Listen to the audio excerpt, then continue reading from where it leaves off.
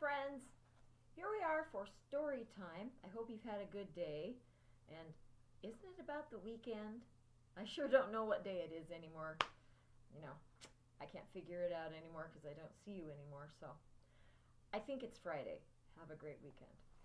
One of my favorite authors for kids is Beverly Cleary, and this is one of her books. It's called Henry and Ribsy. And she's the one that wrote all the Ramona and Beezus and The Mouse and the Motorcycle, too. So I know you all know of her. So I'm going to begin reading this. We'll do one chapter at a time. And I have as my audience here in the house Bruce the Shark, Roger the Raven, Monty the Rabbit, and of course Magic Pig. Magic Pig would like to say hello. All right, here we go. Henry and Ribsy, Chapter 1. Ribsy and the Lube Job. One warm Saturday morning in August, Henry Huggins and his mother and father were eating breakfast in their square white house on Klickitat Street.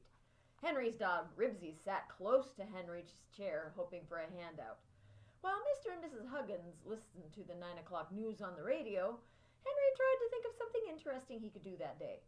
Of course, he could play ball with Scooter, or ride his bike over to Robert's house and work on the model railroad, but those were things he could do every day. Today he wanted to do something different, something he had never done before. Before Henry thought of anything interesting to do, the radio announcer finished the news and 4 men began to sing. Henry, who heard this program every Saturday, sang with them. Wolfie's dog food is the best, contains more meat than all the rest. So buy your dog a can today and watch it chase his blues away. Woof, woof, woofies! Then came the sound of a dog barking out of the radio. Ruff, said Ribsy, looking at the radio. The announcer's voice cut in. Is your dog a member of the family? He asked. He sure is, exclaimed Henry to the radio. He's the best dog there is. Henry, for goodness sake, turn that down, said Mrs. Huggins, as she poured herself a cup of coffee. And by the way, Henry, speaking of good dogs, reminds me that Mrs. Green said Ribsy ran across the new lawn she just planted. She said he left deep paw prints all the way across. Aw, he didn't mean to hurt her old lawn. He was just...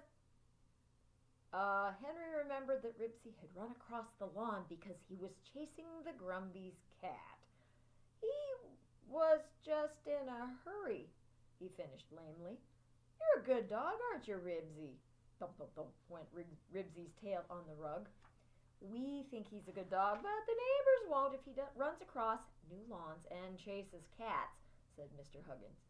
Henry looked sharply at his father and wondered how he knew about Ribsy's chasing the Grumby's cat. At the same time, he couldn't see why Ribsy was to blame about the lawn. The cat ran across it first, didn't she? Well, anyway, Ribsy doesn't keep everybody awake barking at night like that collie in the next block, said Henry. Just the same, you better keep an eye on him. We don't want him to be a nuisance to the neighbors.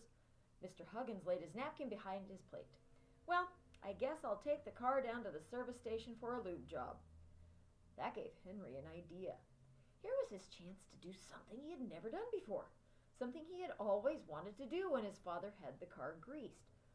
Oh, boy, Henry paused because it occurred to him that his mother might not like his idea. He had better wait and ask his father when they got to the service station. Can I go? He asked eagerly. Sure, answered Mr. Huggins. Come along. Wolfie's dog food is the best, sang Henry, as he and Ribsy climbed into the front seat of the car. Henry sat in the middle beside his father because Ribsy liked to lean out the window and sniff all the interesting smells. Henry was happy to be going someplace, even just to the service station with his father. He always had a grown-up, man-to-man feeling when they were alone together. He wished his father had time to take him places oftener. As they drove toward the service station, they passed the Rose City Sporting Goods shop, where Henry noticed the windows filled with tennis rackets, golf clubs, and fishing tackle. Fishing tackle. That gave Henry a second idea. Say, Dad, he said, I was wondering if you plan to go fishing pretty soon. I expect I will. Mr. Huggins stopped at a red light. Hector Grumby and I thought we'd go salmon fishing sometime in September. Why?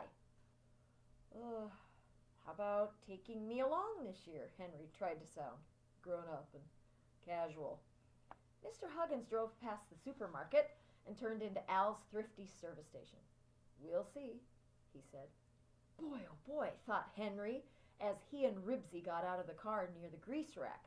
When his father said, we'll see, he meant, yes, unless something unusual happens. If he had said, ask your mother, it would mean that he didn't care whether Henry went fishing or not, but we'll see. Henry could see himself sitting in a boat, reeling in a salmon, a Chinook salmon. He could see himself having his picture taken beside his fish and hear people saying, yes, this is Henry Huggins, the boy who caught the enormous Chinook salmon. When Mr. Huggins had arranged with Al, the owner of the station, to have the car lubricated, he turned to Henry and said, I have to go to the bank and do a few errands. Are you coming with me, or do you want to wait here?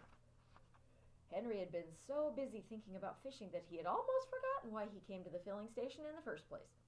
He looked at the car beside the grease rack and hesitated. Maybe it was a silly idea. Still, it was something he had always wanted to do.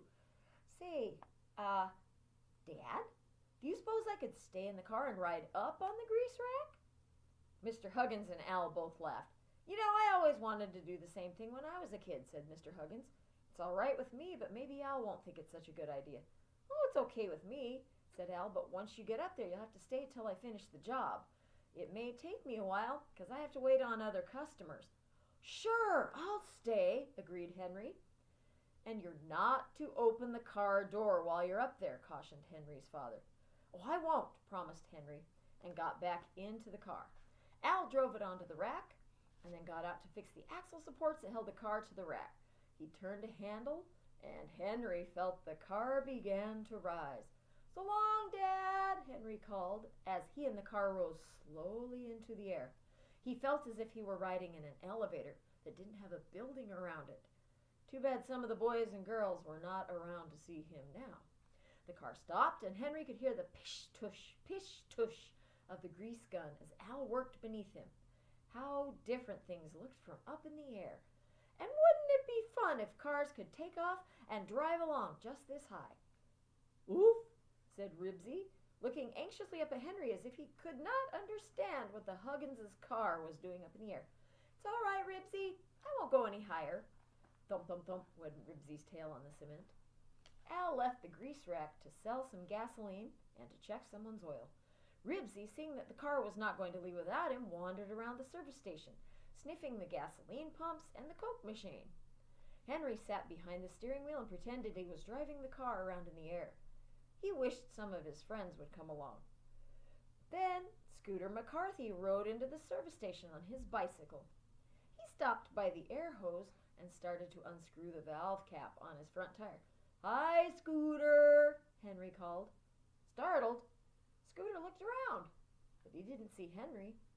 He looked puzzled as he bent over to put his air into the bicycle tire. I bet I could have some fun with old Scooter, thought Henry. Then he said in a hollow voice, I am the ghost of Henry Huggins. Quickly, he ducked down into the seat of the car.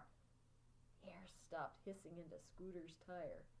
Henry peeked out to see Scooter looking worried. I have come to haunt you, said Henry in his hollow voice, and let out a groan. You all right up there, Sonny? Asked Al, who had returned from the gasoline pump.